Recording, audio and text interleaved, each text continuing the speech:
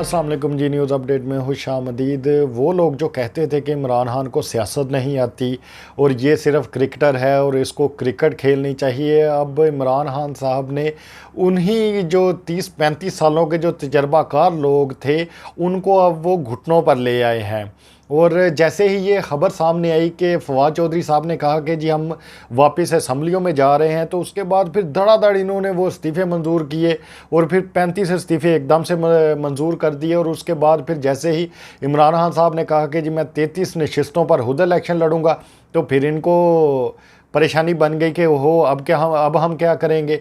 तो ये अब इनकी सूरत हाल है। और जैसा कि इमरान खान साहब ने कहा था कि मैं शहबाज शरीफ को इतनी परेशानी दूंगा कि वो नींद की गोलियां खाने पर मजबूर हो जाएंगे, तो लगता है कि वो काम भी अब उनका शुरू हो गया है। अब देखें कि जैसा वो अल अरेबिया चैनल पर इंटरव्यू दे रहे थे और वो किस तरह वो तालियां बजा रहे थे कि जैसे एक बंदा अपना ज़हनी तवाज़न ही खो बैठा है, वो हाल हो गया हुआ है अब शहबाज शरीफ साहब का। अब मैं आपसे पहले तो थोड़ी सी खबर शेयर कर लूँ और उसके बाद फिर हम आगे इस पर बात भी करेंगे कि पहले तो ये मामला सिर्फ 5 तक का था।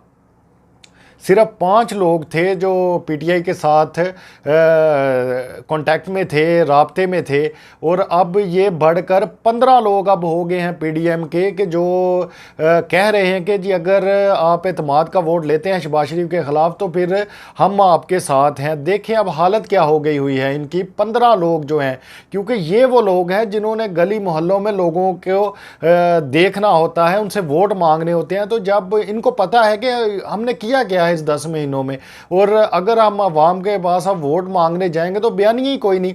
अगर देखेंगे एमएनए के पास कोई बयानिया नहीं है तो वहाँ पर तो अब जो शहबाज शरीफ है, जो नवाज शरीफ है, आसफ जरदारी है, फजल रहमान है, इनके पास अब क्या है। ये इसीलिए तो अब वक्त मांग रहे हैं और मिन्नत समाजत पर अब उतर आए हैं कि किसी तरीके ये अब इस्टेब्लिशमेंट के पांव पकड़ रहे हैं कि किसी तरीके से हमें गारंटी दें कि जी हम इलेक्शन जीत जाएंगे तो फिर हम जो है वो इलेक्शन की तरफ जाएंगे।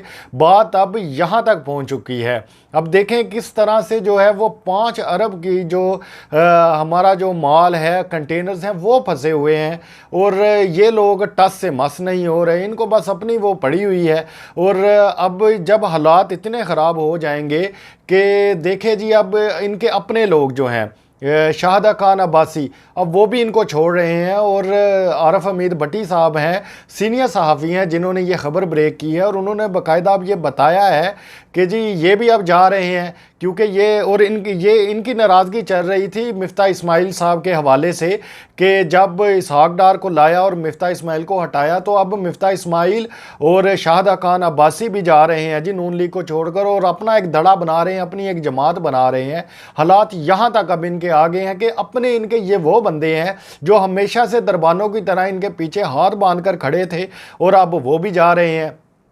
अब दूसरी तरफ अगर मैं बात करूं तो जो राणा सनाउल्लाह साहब हैं वो बड़े इधर बढ़ के मार रहे थे कि जी मैं ये कर लूँगा, मैं वो कर लूँगा और नवाज शरीफ वापस आएगा। नवाज शरीफ ने क्या वापस आना है, अब तो खबर ये आ गई है कि जी मरियम नवाज साहिबा भी कह रही हैं कि जी नहीं मैं पाकिस्तान नहीं आना। अब ये वो क्यों कह रही हैं, वो इसलिए कह रही हैं क्योंकि उनको नज़र आ रहा है कि इस वक्त अगर हम पाकिस्तान जाएंगे और इमरान खान अगर जीत जाएगा तो फिर हमारी तो खैर नहीं। अब देखें कितने जो केसेस थे वो इन लोगों ने बनाए इमरान खान पर, तो जाहिर सी बात है ये तो सारे झूठे केसेस थे, इसलिए इमरान खान पर जो है वो उस तरह से नहीं कोई एक्शन हुआ। लेकिन इनके खिलाफ तो सारे के सारे जो केसेस हैं वो सच्चे हैं और इनको पता भी है इस चीज़ का।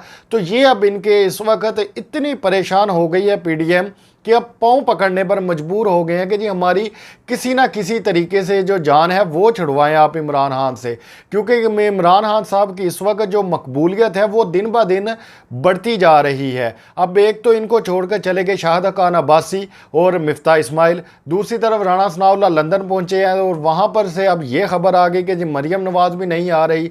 अब जो शहबाज शरीफ हैं वो बैठकर तालियां बजा रहे हैं एक चैनल पर। तो किस तरह से ये पूरी जो जमात है ये बुखलाहट का शिकार हो गई है। और यहाँ पर मैं एक और बात ऐड करता चलूँ कि जो मौलाना फजल रहमान साहब कहते थे कि जी नहीं हम इलेक्शन 1 साल और आगे लेकर जाएंगे, अब वो सबसे पहले सर फहरिस्त हैं। अब वो खुद कह रहे हैं कि जी हमें अगर आप गारंटी देते हैं तो फिर हम इलेक्शन की तरफ चलते हैं। लेकिन अगर ये अब इलेक्शंस की तरफ भी आ जाएंगे तो फिर इनका भी अब इसमें भी जो है वो कुछ भी नहीं बनने वाला। इनकी अब किस्मत में जलालत है और ये जलील होंगे, ख्वार होंगे जिस तरह से इन लोगों ने इस मुल्क की गरीब आवाम को किया है। आपकी इस बारे में क्या राय है? आप अपनी राय से हमें ज़रूर आगाह कीजिएगा। आपसे मुलाकात होगी इंशाअल्लाह ताला अगली वीडियो में। तब तक के लिए अल्लाह हाफिज़।